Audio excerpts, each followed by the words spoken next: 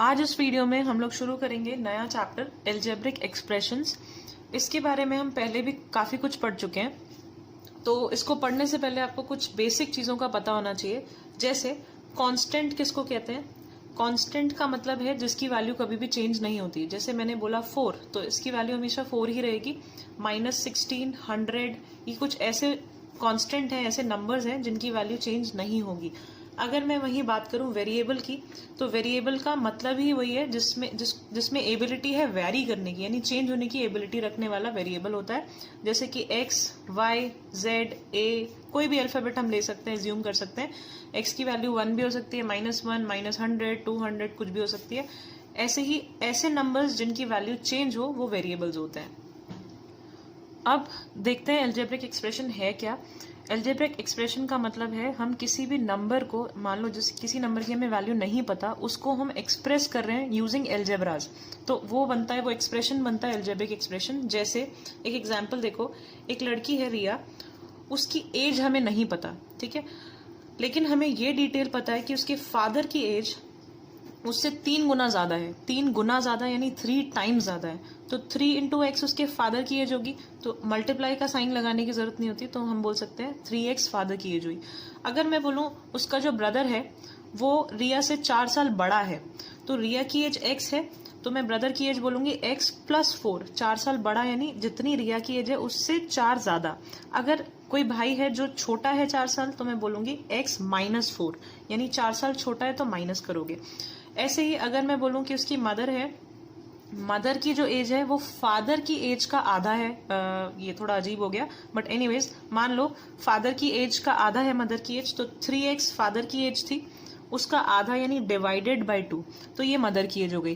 तो ये जो मैं एक्सप्रेस कर रही हूँ वेरिएबल्स के साथ किसी वैल्यू को, उनको कहते हैं एल्जेब्रिक एक्सप्रेशंस, ठीक है। आप कुछ ऐसी टर्म्स देखते हैं जिनके बारे में आपको पता होना चाहिए।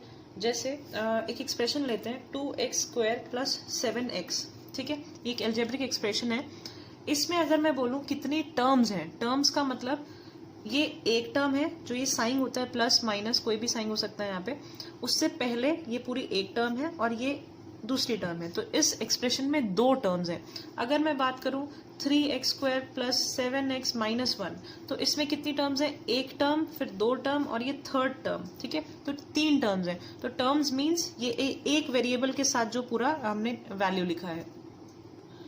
और अगर मैं बोलूं कि इसमें आपका फैक्टर क्या है, जैसे 2x² + 7x, इसके फैक्टर्स क्या क्या हैं, तो इस टर्म के फैक्टर्स अलग होंगे और इस टर्म के फैक्टर्स अलग होंगे। फैक्टर्स मतलब किन किन को मल्टीप्लाई करके ये नंबर बना है।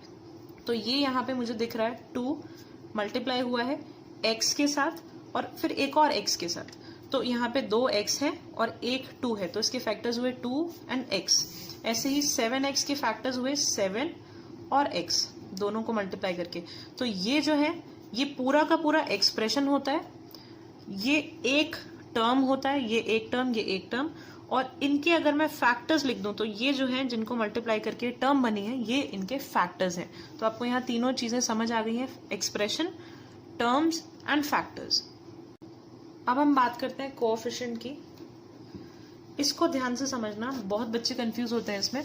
कोएफिशिएंट का मतलब है, जैसे मैं एग्जाम्पल के तौर पे ले लेती हूँ 4xy, ठीक है, मैं कोएफिशिएंट बोलती हूँ उसको जो वेरिएबल के साथ जो न्यूमेरिकल टर्म है वो मेरा कोएफिशिएंट है, ठीक है। तो अगर मैं बोलूँ xy का कोएफिशिएंट क्या है, तो 4 है, ठीक है, xy का जो कोएफिशिएंट है वो इस टर्म में 4 है। अगर मैं बोलूँ y का कोएफिशिएंट क्या है, तो y का कोएफिशिएंट, तो y के साथ जो भी जुड़ा हुआ है 4x जुड़ा हुआ है, तो 4x क्या है, y का कोएफिशिएंट। अगर मैं बोलूं 4y का कोएफिशिएंट क्या है, 4y का, तो 4y के साथ क्या जुड़ा हुआ है, x, तो 4y का कोएफिशिएंट हुआ x, ठीक है। तो बेसिकली कोएफिशिएंट का मतलब क्या है, जिसका कोएफिशिएंट पूछ रहे हैं उसके साथ जो नंबर लिखा है वो आपका कोएफिशिएंट हो गया। अब समझते हैं next topic, like and unlike terms. Like and unlike terms क्या होता है, लाइक और अनलाइक? इसको समझने से पहले एक बात आपके दिमाग में क्लियर होनी चाहिए, वो क्या है, अगर 2 वेरिएबल्स, फॉर एग्जाम्पल x अपने ही सेम वेरिएबल के साथ प्लस हो रहा है, यानी x प्लस हो रहा है x के साथ, तो ये वैल्यू क्या देगा, 2x, 1x और 2x, बन गए 2x, तो 2x वैल्यू होगी। अगर एक वेरिएबल अपने ही वेरिएबल के साथ मल्टीप्लाई हो रहा है, अब ये क्या वैल्यू देगा, मल्टीप्लिकेशन में ये बनेगा x उसकी पावर 2। इसका मतलब है x 2 टाइम्स मल्टीप्लाई हो रहा है, x 2 बार मल्टीप्लाई हो रहा है। ऐसे अगर x 3 बार मल्टीप्लाई हो रहा होगा तो उसकी मल्टीप्लिकेशन में पावर बढ़ती है, ठीक है। पावर यानी हम जो छोटा सा नंबर ऊपर लिखते हैं उसको पावर बोलते हैं, ये बढ़ती है। ऐसे ही x प्लस x 3 बार प्लस हो रहा होगा तो वो 3x हो जाएगा। 3x की पावर 3 नहीं होगा, 3x होगा। तो बच्चे इसमें बहुत कंफ्यूज रहते हैं।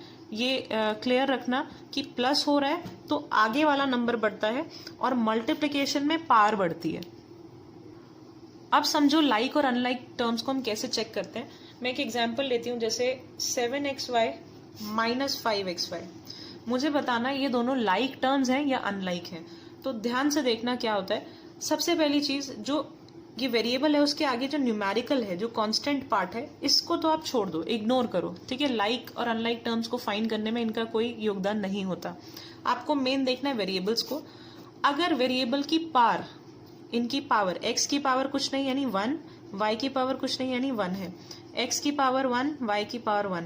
अगर इन दोनों की पावर सेम है, x के पास भी 1 है और इधर भी x के पास 1 है, y के पास 1 और इसके पास भी 1 है, एक तो ये कंडीशन, और दूसरा जितने इसमें वेरिएबल हैं उतने ही इसके पास वेरिएबल हैं, सेम वेरिएबल। तो दोनों कंडीशन अगर सेटिस्फाई हो जाती हैं तो ये दोनों लाइक फ्रैक्शंस कहलाएंगे।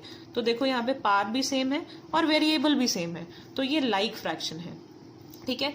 अब मुझे ये 7 था और ये -5 था, इससे मुझे कोई मतलब नहीं है। दूसरा एग्जाम्पल देखो, अगर ये होता 7xy माइनस 5xyz। अब ये क्या है, न्यूमेरिकल पार्ट तो छोड़ दो, x और y की पावर तो सेम है, लेकिन यहाँ पे 3 वेरिएबल है और यहाँ पे 2। अब ये अनलाइक फ्रैक्शन है, ठीक है। लाइक और अनलाइक को समझना क्यों जरूरी है, ये अगली वीडियो में समझ आएगा जब हम एडिशन और सब्ट्रैक्शन सीखेंगे कि क्यों लाइक और अनलाइक का कॉन्सेप्ट क्लियर होना चाहिए। क्योंकि लाइक फ्रैक्शन को ही आप ऐड या सब्ट्रैक्ट कर सकते हो, अनलाइक फ्रैक्शन को आप ऐड या सब्ट्रैक्ट नहीं कर सकते, ठीक है। तो ऐसे ही एक और एग्जाम्पल देखते हैं। जैसे मान लो ये है आपका 2xy² माइनस 3yzx।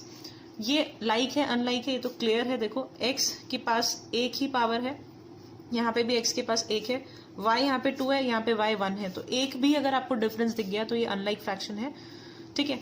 अब एक और एग्जाम्पल, -xyz एंड -4yxz।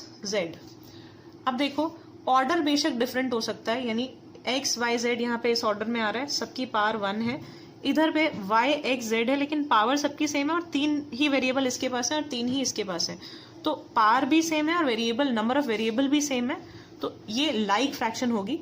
ये इस पे डिपेंड नहीं करता कि ऑर्डर क्या है, यहाँ पे x y और फिर z आ रहा है, यहाँ पे y पहले x बाद में और फिर z आ रहा है, डजेंट मैटर, ऑर्डर कुछ भी हो सकता है।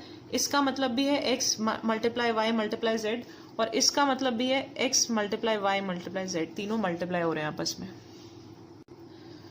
इसके बाद मैं आपको एडिशन और सब्ट्रैक्शन सिखाने वाली हूँ, अगली वीडियो जरूर देखना। उसको देखने के बाद आपका एल्जेब्रिक एक्सप्रेशंस काफी स्ट्रांग हो जाएंगे, कॉन्सेप्ट क्लियर होगा तो आसानी से और जल्दी क्वेश्चन को कर पाओगे।